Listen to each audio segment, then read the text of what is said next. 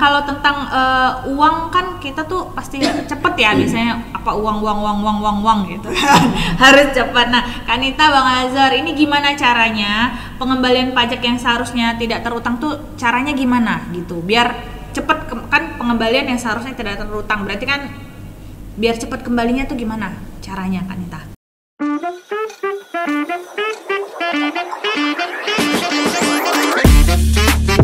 Assalamualaikum warahmatullahi wabarakatuh. Halo kawan pajak semua dimanapun berada, berjumpa lagi bersama kami di sini. Tentu saja di program podcastnya KPP Madya Pekanbaru itu ada Rujak Rumpi Pajak KPP Madya Pekanbaru. Hari ini bersama saya di Rujak KPP Madya Pekanbaru, Feby Adika Lubis. Hari ini tentu aja kalau udah podcastnya KPP Madya tuh pasti ngebahas soal perpajakan ya, bukan soal gosip-gosip yang ada di luar nanti dulu itu ya. Nah, hari ini saya juga ditemani oleh dua penyuluh dari KPP Madya Pekanbaru, yang mana dua penyuluh ini adalah penyuluh paling handal di KPP Madya Pekanbaru. Kenalan dulu ya. Tapi pasti udah pada kawan pajak di rumah udah pasti kenal, apalagi yang sering datang ke KPP Madya pasti udah kenal sama kakak dan abang kita. Ada kakak aja ya, kalau ibu ntar saya dimarahin sama dia. Ada Kakak Anita dan Abang Azhar, boleh disapa dulu kawan pajak kita di rumah. Kak Anita, Bang Azhar, halo, assalamualaikum. Halo Kak Feby, halo kawan pajak, assalamualaikum semuanya. Gimana puasanya? Masih dalam suasana Ramadan ini masih, ya? dikit lagi. Kak Feby masih seger kelihatannya. Oh seger, harus seger. Harus seger. Bang Azhar, apa kabar Bang Azhar? Alhamdulillah baik-baik ya. Mudah-mudahan kawan pajak juga dalam keadaan baik-baik, masih semangat dalam mengerjakan ininya, pajaknya, apalagi ini udah menjelang libur panjang. Harus semangat ya menghadapi semua tantangan yang ada di perpajakan ya Bang Azhar ya. Nah, kawan pajak, seperti yang saya katakan tadi, kita akan membahas masih akan membahas tentang seputar sistem baru yang ada di DJP Kanita, yaitu Cortex System. Nah, pemerintah kita kan Bang Azhar ya, Kanita telah menerbitkan aturan Menteri Keuangan nomor 81 tahun 2024 itu tentang ketentuan perpajakan dalam rangka pelaksanaan sistem di perpajakan. Sistem inti perpajakan ya. PMK 81 ini kan ada sekitar 640 halaman ya Kanita ya. Segini kayaknya kecil, tapi ada sekitar 640-an halaman. Kemudian ada sebanyak 484 pasal. Bisa hafal Kak Feby? Aduh, itu agak berat ya. Nah, kita tuh mau bahas yang mana dulu nih? Aku ke Bang Azhar dulu, Kanita jangan cemburu ya. Kita mau bahas yang mana dulu nih Bang Azhar nih? Atau mau bahas semua juga boleh? Jangan Kak Feby. Sampai sore kita sekalian ngabuburit. Bisa jadi kayak Bang Toy kita nanti. Nggak pulang-pulang ya. Pulang-pulang. Oke, yang mana dulu? Yang mana dulu terserah Bang Azhar. Nah, kalau untuk kali ini, episode kali ini kita bahas terkaitin aja dulu KPB terkait pengembalian pajak yang seharusnya tidak terutang. Karena terkait hal ini memang sudah banyak juga kawan pajak yang menanyakan di FDS ya, kita berikan keterangan yang agak rinci lah terkait data-datanya. Jadi sama-sama jelas ya, maksudnya kawan pajak pun nggak bingung lagi ya Bang Azhar ya. Betul. Oke, boleh Bang Azhar. Nah, berarti kalau kita mau ngebahas tentang pengembalian pajak yang seharusnya tidak terutang, ini kan pengembalian atas pembayaran pajak yang bukan merupakan objek pajak ya Kanita ya Bang Azhar. Nah, kalau tentang uang kan kita tuh pasti cepet ya, biasanya apa uang gitu. Harus cepat. Nah, Kanita, Bang Azhar, ini gimana caranya pengembalian pajak yang seharusnya tidak terutang tuh caranya gimana gitu biar cepet kan pengembalian yang seharusnya tidak terutang, berarti kan biar cepat kembalinya tuh gimana caranya Kanita? Ya, sebelum kita berbicara mengenai bagaimana kembalinya, saya sedikit jelaskan mengenai pajak yang seharusnya terutang itu adalah pembayaran pajak yang bukan merupakan objek pajak atau atas beberapa hal. Jadi beberapa hal dalam kasus-kasus tertentu. Nah, di dalam PMK 81 itu ada di dalam pasal 122 disebutkan bahwa permohonan pengembalian atas kelebihan pajak yang tidak terutang itu diajukan dalam 5 hal. Jadi bukan karena hanya objeknya saja, tapi ada 5 hal yang memang diatur dalam PMK tersebut. Yang pertama yaitu terdapat pembayaran pajak yang bukan merupakan objek pajak yang terutang atau yang seharusnya tidak terutang. Itu yang pertama. Yang kedua, terdapat kelebihan pembayaran pajak oleh wajib pajak yang terkait dengan pajak dalam rangka impor. Jadi dalam rangka impor juga bisa. Yang ketiga, terdapat kesalahan pemotongan atau pemungutan yang mengakibatkan pajak yang dipotong atau dipungut lebih besar daripada pajak yang seharusnya dipotong atau dipungut. Nah, yang keempat, terdapat kesalahan pemotongan atau pemungutan pajak yang bukan merupakan objek pajak atau objek pajak dan atau subjek pajak yang mendapat fasilitas perpajakan.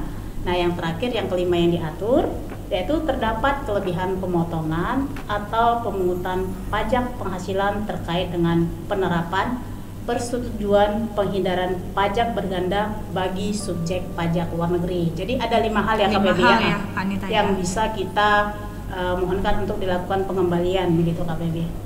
Nah, untuk jenis pajak yang dapat diajukan permohonan pengembalian atas kelebihan pembayaran pajak yang seharusnya tidak terhutang ini sendiri Kanita apa aja Kanita jenis pajaknya? Jenis pajaknya ya. Untuk jenis pajak yang dapat diajukan itu ada pajak penghasilan, ya pajak penghasilan seperti pajak penghasilan 21, 23, 25, atau PPh final, terus pajak pertambahan nilai, pajak penjualan mewah, barang mewah juga bisa. Oh, di situ. Awalnya kan dikenakan pajak barang mewah untuk mobil misalnya nih. Nah, ternyata mobil tersebut digunakan untuk ambulans, harusnya kan tidak dikenakan barang mewah karena dia memang bukan barang mewah, tapi untuk kebutuhan kesehatan itu bisa dimindahkan kembali. Terus untuk pajak bumi dan bangunan, bea materai, pajak penjualan dan pajak karbon ya. Pajak karbon kalau kita tahu belum ada ya Bang? Belum ya, tapi belum sudah ada ya. Tapi sudah diatur ya. Iya, untuk aturan pelaksanaannya belum, ketentuannya belum. Tapi di sini sudah bisa dimintakan, sudah diatur juga untuk pengembalian. Jika nanti terdapat kelebihan yang akan dimintakan kembali sudah bisa dengan PMK ini. Nah, selain jenis pajak tadi, kalau di konteks ini kita mengenal adanya deposit pajak. Nah, dari pembayaran deposit pajak yang tidak digunakan tersebut, untuk pelunasan pajak atau pelunasan yang terutang dapat diajukan permohonan pengembalian atas kelebihan pajak yang seharusnya tidak terutang. Jadi atas deposit tersebut, misalnya kan kita ada setor nih di awal untuk tahun pajak misalnya 2025, ternyata di tahun 2025 tidak semua kita gunakan. Nah, atas kelebihan tersebut dapat diajukan permohonan pengembalian pajak yang seharusnya dari sisa depositnya tadi. Iya benar. Jadi kalau kawan pajak takut nih, saya deposit banyak-banyak, nanti hangus takutnya begitu. Nah, masih bisa dimintakan kembali begitu. Tidak hangus, uang kembali. Uang kembali. Besok harga naik. Besok harga naik. Oke. Nah, kalau permohonan atas kelebihan pembayaran pajak yang seharusnya tidak terutang ini kan dalam diajukannya itu ada 5 hal, ya kan Kanita ya. Nah, yang pertama nih tadi yang agak menarik, terdapat pembayaran pajak yang bukan merupakan objek pajak yang terutang atau yang seharusnya tidak terutang. Nah, bisa jelasin nggak detail? Aku mau ke Bang Azwar lah. Menarik sepertinya. Gimana tuh Bang Azhar maksud detailnya itu Bang Azhar? Ya, kalau terkait dengan terdapat pembayaran pajak yang bukan merupakan objek pajak yang terutang atau yang seharusnya tidak terutang ini, ya contohnya ya terkait ketika kita melakukan pembayaran pajak yang lebih besar dari yang seharusnya. Contoh ketika kita bayar PPh 25 nih, kan di Korte kan masih bisa buat billing mandiri nih untuk membayar PPh pasal 25. Nah, kita waktu buat billingnya harusnya kan angsuran kita 20 juta nih. Iya. Kita kebanyakan angka nolnya jadi 2M. Nah, kan kebanyakan kan. Nah, bisa kita minta kembali. Itu nggak kebanyakan itu. Iya, kan keasikan bikin angka nol. Sedekah batu gara itu. Nah, itu bisa kita mintakan kembali. Nah, yang kedua kan bisa juga atas pembayaran pajak yang dibatalkan. Nah, ini kan bisa juga contohnya ketika ada transaksi pemotongan pajak. Nah, transaksinya itu awalnya kan antara kedua pemotong dan yang dipotong ini kan sepakat. Nah, rupanya tidak sesuai dengan perjanjian. Nah, transaksinya kan dibatalkan. Nah, ini juga bisa kita mintakan kembali. Yang ketiga ini pembayaran pajak dalam rangka pelunasan sebagaimana diatur dalam pasal 44B Undang-Undang. Kalau ini agak susah ini terkait dengan penyidikan. Nah, ini kan ketika adanya putusan yang ngecek penyidikan, sedangkan kita sudah melakukan pembayaran. Nah itu bisa dimintakan kembali, tapi ketentuannya ada tata syarat-syarat yang harus dipenuhi. Terus yang keempat itu ada pembayaran atas penghasilan PPh yang bersifat final. Nah ini kan contoh kita terlanjur nih kan sesuai undang-undang kan yang di bawah 500 juta itu kan tidak dikenakan PPh untuk wajib pajak yang penghasilan bruto tertentu itu. Nah kita udah terlanjur bayar padahal omset kita nggak nyampe 500 juta. Nah itu bisa kita minta kembali juga. Selama kewajiban kita tidak sebesar depositnya itu masih bisa, intinya masih bisa kita minta kembali ya Bang Azwar ya. Nah panjang banget ya Kak Nita ya penjelasan Bang Azwar ini ya, detail, benar-benar saya minta detail dikasih detail, aduh luar biasa Bang Azwar. Nah Bang Azwar, Kak Nita, pengembalian pajak yang seharusnya tidak terutang ini kan berarti harus dengan adanya permohonan, ya? Yang mana, siapa yang bermohon, terus apa aja yang harus dimohonkan, kemanakah wajib pajak apabila ingin bermohon gitu Kak Nita untuk dikembalikannya uang yang lebih-lebih tadi. Lebih-lebih ya? Lebih-lebih kasih aja ke negara. Jangan dong, siapa yang nggak mau uang Kak? Jadi pembayaran kelebihan tadi itu jika mau dikembali itu harus melalui permohonan oleh pihak pembayar pajak. Nah, siapa saja pembayar pajak tersebut meliputi wajib pajak orang pribadi dan wajib pajak badan, termasuk instansi pemerintah. Instansi pemerintah juga bisa minta berdasarkan PMK 81. Nah, permohonan pengembalian diajukan secara tertulis dalam bahasa Indonesia dan permohonan harus dilampiri dengan dokumen berupa perhitungan pajak yang seharusnya tidak terutang dan atau alasan permohonan pengembalian atas kelebihan pembayaran pajak yang seharusnya tidak terutang. Nah, untuk dokumen-dokumen penduduk, kalau tadi kan ada yang wajib itu perhitungan dan alasan. Nah, selain itu juga harus melampirkan dokumen-dokumen sebagai penunjang atas alasan tersebut. Jadi untuk dokumen tambahannya itu tergantung dari alasan mengajukan pengembalian. Nah, misalnya seperti ada lampiran tambahan seperti surat keterangan dari penyidik kalau tadi terkaitan dengan penyidik, surat keterangan dari keputusan yang berkekuatan hukum tetap itu nanti ada. Jadi untuk lampiran pendukung itu tergantung dari alasan mengajukan pengembalian. Tapi yang untuk wajib itu adalah penghitungan atas kelebihan tersebut dan alasannya. Nah, disertai dengan lampiran dokumen. Nanti lampiran dokumennya mungkin lebih spesifik lagi kita nanti akan jelaskan terkait dari hal-hal yang 5 tadi begitu KPP. Berarti jenis lampirannya memang tergantung dari alasan permohonannya tadi ya Kak Nita ya. Jadi apa alasannya, nah itulah yang bukti pendukung yang dia bisa kasih sebagai lampiran. Nah, permohonan pengembalian untuk hal yang kedua tuh adalah kelebihan pembayaran pajak oleh wajib pajak yang terkait pajak dalam rangka impor. Bang Azwar, Kak Nita, boleh nggak Kak Nita deh jelasin detailnya? Tadi Bang Azwar udah ya? Udah yang nomor 1 tadi tuh, ini nomor 2 kan dia ada 5 ya. Ganti-gantian.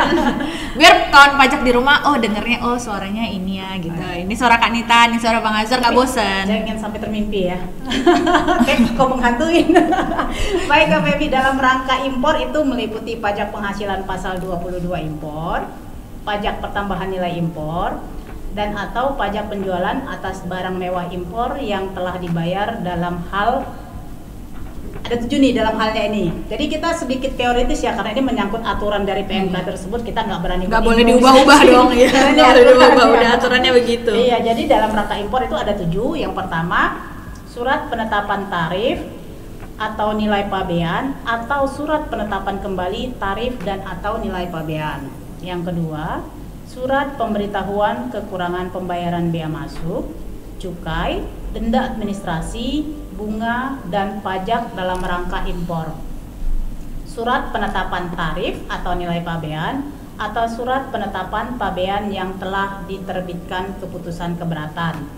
Kemudian yang ketiga, surat pemberitahuan kekurangan pembayaran bea masuk, cukai, denda administrasi, dan ini yang telah diterbitkan berdasarkan keputusan keberatan dan putusan banding. Jadi ada keberatan, ada banding. Nah, untuk impor ini juga sama dengan pajak.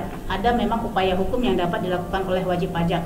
Wajib pajak dapat melakukan keberatan atau banding. Bisa juga PK. Jadi berdasarkan keputusan atas upaya hukum tersebut, apabila memang adanya kelebihan bayar atau keputusan tersebut, nah itu bisa diajukan sampai PK ya. Berarti iya, sama kayak produk yang lain-lain juga ya. Iya, sama. Jadi yang kelima itu surat penetapan kembali tarif nilai pabean yang diterbitkan berdasarkan persetujuan putusan banding begitu KPB.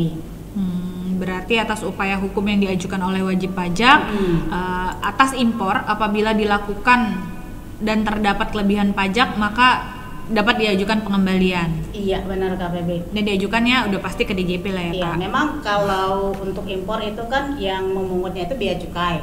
Tetapi bagaimanapun itu kan bea cukai hanya membantu untuk memungut. Nah, tetap juga itu untuk permohonan biar kawan pajak ngajuin. Tapi kan perkara ini impor gitu kan. Ini ngajuinnya kemana nih? Ke DJP kah? Ke bea cukai kah? Bingung. Oke. Nah, kalau untuk permohonan pengembalian yang ketiga nih Kak, hal yang ketiga adalah kesalahan pemotongan atau kesalahan pemotongan atau pemungutan yang mengakibatkan pajak yang dipotong atau dipungut lebih besar dari pajak yang seharusnya dipotong atau dipungut, yang tadi kayaknya udah dijelasin Abang Azwar ya. Kalau tadi itu beda kali ya Bang ya? Beda ya. Kalau gitu Bang Azwar lagi dah. Jangan. Saya mau ke Kak. Iya boleh lah ke Bang Azwar aja. Bang Azwar aja deh kalau gitu. Tadi udah kan cap cip cup kembang kuncup gitu ya. Nah, bisa dijelasin nggak Bang untuk poin yang ketiga Bang? Hal yang ketiga. Baik Kak PBI dan kawan pajak semua, ya, kesalahan terkait pemotongan atau kesalahan pemungutan ini memang biasanya paling banyak terjadi nih. Yang paling banyak dialami oleh wajib pajak karena ya seperti yang dijelaskan tadi, ini kan terkait karena ini kan transaksi pemotongan dan pemungutan ini kan transaksi antara pihak pemberi jasa dan penerima jasa. Karena kan terjadi ketidaksesuaian atau ketidaksepakatan, nah makanya sering terjadi. Nah, kalau sesuai dengan PMK 81-nya, ini biasanya kesalahan pemotongan atau pemungutan yang mengakibatkan pajak dipotong atau dipungut lebih besar daripada pajak yang seharusnya dipotong ini dapat berupa ada 5. Pemotongan atau pemungutan pajak penghasilan yang mengakibatkan pajak penghasilan yang dipotong atau lebih besar daripada pajak yang seharusnya dipotong atau dipungut. Itu yang pertama. Kedua, yaitu pemotongan atau pemungutan pajak atas penghasilan yang diterima oleh bukan subjek pajak. Yang ketiga itu pemungutan pajak pertambahan nilai yang lebih besar dari pajak yang seharusnya dipungut. Keempatnya, pemungutan pajak penjualan atas barang mewah yang lebih besar dari yang seharusnya. Yang kelima ini agak jarang, apalagi lagi kalau di KPP Madya, yaitu pemungutan bea materai yang lebih besar daripada bea materai yang seharusnya dipungut. Yang Begitu. 5 emang lebih Jarang. ke pratama ya kayak. Sinteraan nih kita Ya. sekarang. Berarti kalau kesalahan tarif pemotongan misalnya PPh 23 gitu Bang, dipotong 4%, padahal harusnya kan 2% ya Bang Azwar ya, dapat diminta kembali gitu ya Bang? Benar KPB, cuman ya kalau yang terkait kesalahan tarif itu memang sekarang udah jarang, kemungkinannya udah nggak ada lagi KPB karena tarif PPh 23 kan sekarang udah 2%, tidak ada lagi kenaikan tarif. Apalagi menggunakan Cortex ya Bang ya? Apalagi menggunakan Cortex. Udah nyaman lah. Udah nyaman ya. Cortex Bismillah. terbaik ya Bang. Iya, begitulah. Terbaik. Bismillah. Allahu Akbar. Permohonan ini kan kalau yang keempat tuh tadi permohonan hal keempat ya Kak Nita ya. Permohonan pengembalian untuk hal yang keempat adalah kesalahan pemotongan atau pemungutan. Itu maksudnya gimana tuh Kak Nita? Hampir mirip-mirip ya. Mirip-mirip. Jadi kalau misalnya kita nggak teliti, ada memang kita kirain sama, ternyata kirain ini yang ketiga, taunya ini keempat ya kan? Iya, ternyata di PMK itu pun dibedakan lagi, dirincikan lagi. Nah, yang dimaksud dengan kesalahan pemotongan atau pemungutan itu ada 3. Yang pertama, pemotongan atau pemungutan pajak penghasilan yang seharusnya tidak dipotong atau tidak dipungut. Harusnya tidak dipotong nih, tapi keburu dipungut. Keburu dipotong. Nah, pemungutan pajak pertambahan nilai yang seharusnya tidak dipungut. Yang ketiga, pemungutan pajak penjualan atas barang mewah yang seharusnya tidak dipungut, termasuk diberikan pembebasan atau pengecualian pajak penjualan atas barang mewah, atas impor atau penyerahan barang kena pajak yang tergolong mewah, atau ekspor barang kena pajak yang tergolong mewah yang pajak penjualan atas barang mewah perolehannya telah dibayar. Agak ribet memang ya. Jadi kalau kita memang melihat PMK ini harus benar-benar kita telah. Jadi bacanya harus sampai selesai. Iya. Nggak bisa sepotong-sepotong gitu Kalau ya. sepotong kita yang bingung sendiri memang Kak Feby. Nah, oke. Berarti itu yang keempat ya Kak Nita ya. Kita lanjut yang kelima. Nih cuma 5 ya Bang Azhar. Aku ke Bang Azhar lagi. Berarti yang terakhir ini. Terakhir. Benar-benar kunjung cap nih ya, Iya, dioper-oper. Adil. Baiklah. Nah, kalau yang kelima kan tadi disebutkan kelebihan pemotongan atau pemungutan pajak penghasilan terkait penerapan persetujuan penghindaran pajak berganda bagi subjek pajak luar negeri. Itu tolong dong Bang Azhar dijelaskan. Baik, pajak semua ya terkait kelebihan pemotongan atau pemungutan pajak penghasilan terkait penerapan persetujuan penghindaran pajak berganda bagi subjek pajak luar negeri ini juga ada 3 KPB. Pertama itu ya karena kesalahan penerapan persetujuan, dia salah menggunakan dasar aturannya. Yang kedua ya keterlambatan pemenuhan persyaratan administrasi untuk penerapan persetujuan penghindaran pajak berganda. Nah, syaratnya itu dipenuhinya setelah terjadi pemotongan. Nah, ini memang bisa juga diminta kembali. Yang ketiga ini ya persetujuan bersamanya. Begitu Kak Feby dan kawan pajak. Nah, kan ada 5 nih. Ada 5 ada permohonan atas 5 hal tadi ini Kak Bang. Itu syarat kelengkapannya gimana? Apa nomor 1, hal 1, 2, 3 itu sama atau tuh beda-beda syarat-syaratnya? Yang seperti tadi di awal saya jelaskan ya, kalau untuk pengembalian pajak yang tidak terutang ini memang wajibnya itu adalah permohonan. Nah, permohonannya ini harus diajukan secara tertulis atau secara elektronik dalam bahasa Indonesia dengan melampirkan penghitungan pajak yang seharusnya tidak terutang, alasan permohonan pengembalian atas kelebihan pembayaran pajak yang seharusnya tidak terutang, dan yang terakhir itu adalah bukti pendukung atau dokumen-dokumen yang mendukung dari alasan tersebut. Nah, kalau tadi ada 5 hal ya. Jadi kalau misalnya itu karena kelebihan setoran, jadi yang diperlukannya itu bukti setoran, perhitungan pajak terutang. Apabila karena penghentian penyidikan itu dokumen-dokumen yang menyebabkan lebih bayar atas penyidikan tersebut, surat keterangan ya. Kalau itu seperti surat keterangan dari penyidik dan surat pemberitahuan penghentian penyidik, surat keterangan dari penyidik dan putusan pengadilan yang berkekuatan hukum tetap, surat keterangan dari penyidik yang menyatakan bahwa telah terjadi kesalahan pembayar. Nah, apabila terkait dengan pajak dalam rangka impor itu beda lagi kan, tidak. Kalau tadi penyidikan, kalau dalam rangka impor jadi harus dilampiri dengan salinan bukti pembayaran pajak berupa surat setoran pabeanan, cukai, dan pajak atau sarana administrasi lain yang disamakan dengan surat setoran pabean, cukai, dan pajak. Salinan surat penerapan tarif itu kalau lengkapnya bisa dibaca di PMK-nya ya sebenarnya ya, untuk detail-detailnya itu, karena kalau kita sebut juga di sini yang ada kita pusing. Bea cukai kalau kita lihat atau kita mendengar sekilas kayaknya sama aja itu berulang-ulang ya. Berarti sebelum kawan pajak mungkin sedikit saran kali ya, sebelum mengajukan permohonan mungkin untuk syarat ketentuan berlakunya dokumen-dokumennya baik itu lampiran syaratnya apa yang harus dilengkapi itu bisa baca dulu atau boleh WA Bang Azhar ke Helpdesk gitu ya. Boleh. Itu sebenarnya kalau untuk syarat dokumennya itu lebih kepada untuk hal-hal yang tidak biasa dilakukan kayak tadi dalam rangka impor atau dalam rangka penghentian penyidikan. Itu untuk kasus wajib pajak mungkin akan sangat jarang terjadi ya. Jadi gak perlulah kita harus menghafal itu pada saat, tapi memang apabila itu kita ada kasus seperti itu kita bisa lihat lagi lebih rinci di PMK 81 untuk memang yang hal-hal jarang terjadi kasusnya di wajib pajak. Kita lihat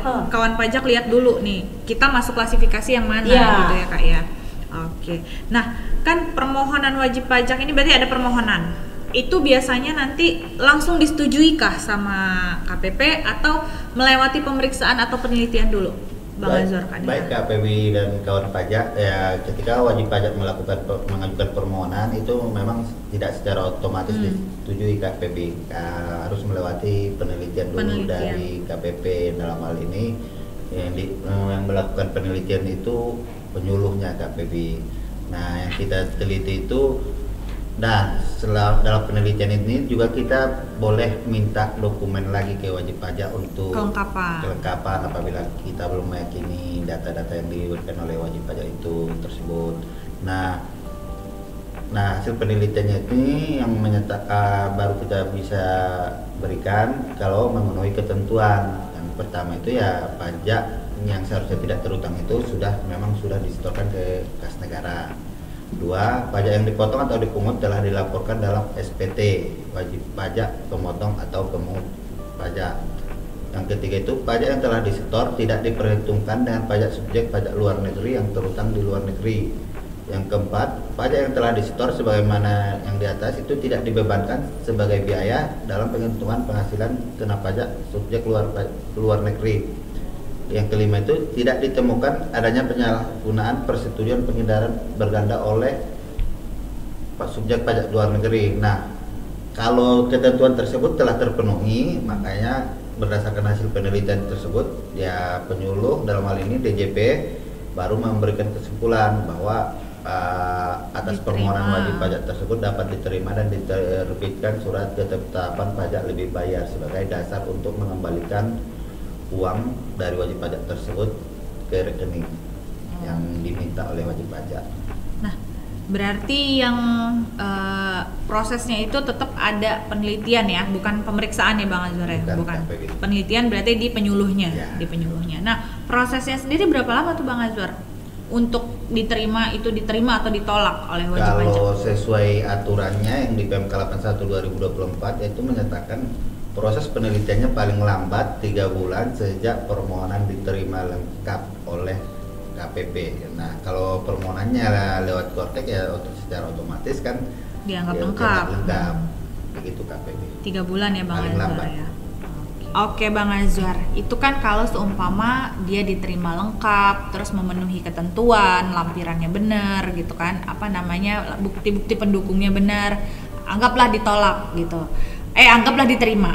Nah, pertanyaannya apabila ditolak, ketetapan bukti lampirannya udah lengkap apa segala macam, cuma dia tidak memenuhi, menurut peneliti tidak memenuhi dan harus ditolak, itu gimana prosedurnya? Kalau ibaratkan dalam proses penelitiannya, kalau PB kita permohonan wajib pajak itu rupanya berdasarkan penelitian tidak memenuhi ketentuan. Nah, kita memberikan hasil berupa surat pemberitahuan penolakan atas permohonan wajib pajak. Nah, ini pun diselesaikan paling lambat 3 bulan sejak permohonan. Nah, bisa juga terjadi KPP dalam 3 bulan dari DJP tidak ada keputusan nih, tidak ada keputusan menerima atau menolak. Nah, secara jabatan ya kita dari DJP harus menerima permohonan wajib pajak. Kalau lewat dari 3 bulan belum ada keputusan. 3 bulan ya, nah, 3 bulan. Dalam hal ini juga wajib pajak ada kemungkinan bisa memperoleh imbalan bunga kalau lewat dari 3 bulan. Waduh. Karena kok enak. Kok enak. Hati-hati Bang Azhar. Ya. Cek lagi berkasnya Bang Azhar ya. Oke Bang Azhar. Oke, baik, senang sekali hari ini banyak kita bercerita sama Kak Nita, Bang Azhar, tuh kan kawan pajak kan ya. Kalau udah ngobrol sama mereka berdua pasti ilmunya bertambah banyak. Nah, kawan pajak, kita tadi sudah diskusi tentang PMK 81 tahun 2024 terkait tata cara pengembalian atas kelebihan pembayaran pajak yang seharusnya tidak terutang. Nah, untuk kawan pajak nih atau wajib pajak yang memiliki kasus atau masalah yang sama seperti yang tadi kita diskusikan sama Kak Nita, Bang Azhar, itu dapat mengajukan permohonannya ke KPP terdaftar ya Kak Nita ya. Nah, melalui korteksnya wajib pajak. Namun itu bisa. Namun apabila mengalami kendala dalam hal permohonannya, pengajuannya, mungkin dapat langsung dapat juga melalui petugas korteks yang ada di KPP. Melalui korteks juga. Jadi WP datang tetap melalui korteks tapi lewat korteksnya petugas. Bisa langsung ke KPP berarti ya Bang Azhar ya kalau yang inputkan petugas. Oke. Jadi jangan khawatir kawan pajak semua apabila terjadi kelebihan setor dari kawan pajak, Direktorat Jenderal Pajak akan mengembalikan karena itu memang sudah haknya wajib pajak ya. Jika memang sesuai dengan ketentuan. Jika sesuai dengan ketentuan. Karena nanti itu tadi diteliti dulu sama Kak Anita sama Bang Azhar. Nah, kepada kawan pajak semua kami mengucapkan terima kasih khususnya kita bertiga ya Kak Anita ya atas pemenuhan kewajiban dari kawan pajak semua, terkhusus juga para kawan pajak atau wajib pajak yang terdaftar di KPP Madya Pekanbaru. Kami menyampaikan apresiasi setinggi-tingginya karena sudah menjalankan kewajiban perpajakannya dengan sebaik-baiknya, dan kami juga kembali mengingatkan bahwa sebagai pelayanan yang diberikan semua pelayanan yang diberikan oleh KPP Madya Pekanbaru itu tidak dipungut biaya. Jadi bantu kita juga ya Kak Nita ya, Bang Azwar ya, buat menjaga integritas kita. Nah, kami juga mengingatkan kepada kawan pajak semua, segera laporkan SPT tahunannya kawan pajak, baik itu orang pribadi ataupun badan di tahun 2024. Kalau orang pribadi nanti di 31 Maret ya, Kak Nita ya. Pas Tetap. lebaran. Pas lebaran. Jadi laporkan SPT sebelum lebaran. Allah, lapor dulu, lapor dulu. Jangan ya. Jadi lebih cepat lebih baik, lebih cepat lebih nyaman juga ya Kak Nita ya. Nah, itu untuk juga menghindari keterlambatan lapor, kan lumayan ya Kak ya. Nah, di akhir episode ini kawan pajak, kami mohon maaf juga, di kesempatan ini pun kami memohon maaf apabila dalam podcast ini baik kami sengaja ataupun tidak sengaja ada yang melukai hati kawan pajak. Mumpung juga ini bulan puasa ya, bulan baik ya Kak Nita ya. Jadi kita mungkin saling bermaafan. Selamat lebaran, selamat menyelesaikan puasanya, selamat berkumpul. Mungkin nanti akhir pekan udah kumpul bareng keluarga pastinya ya, karena udah lebaran. Hati-hati di jalan. Hati-hati di jalan. Iya, hati-hati di jalan. Jangan lupa lapor pajaknya. Wabillahi taufiq wal hidayah. Wassalamualaikum warahmatullahi wabarakatuh. Bye.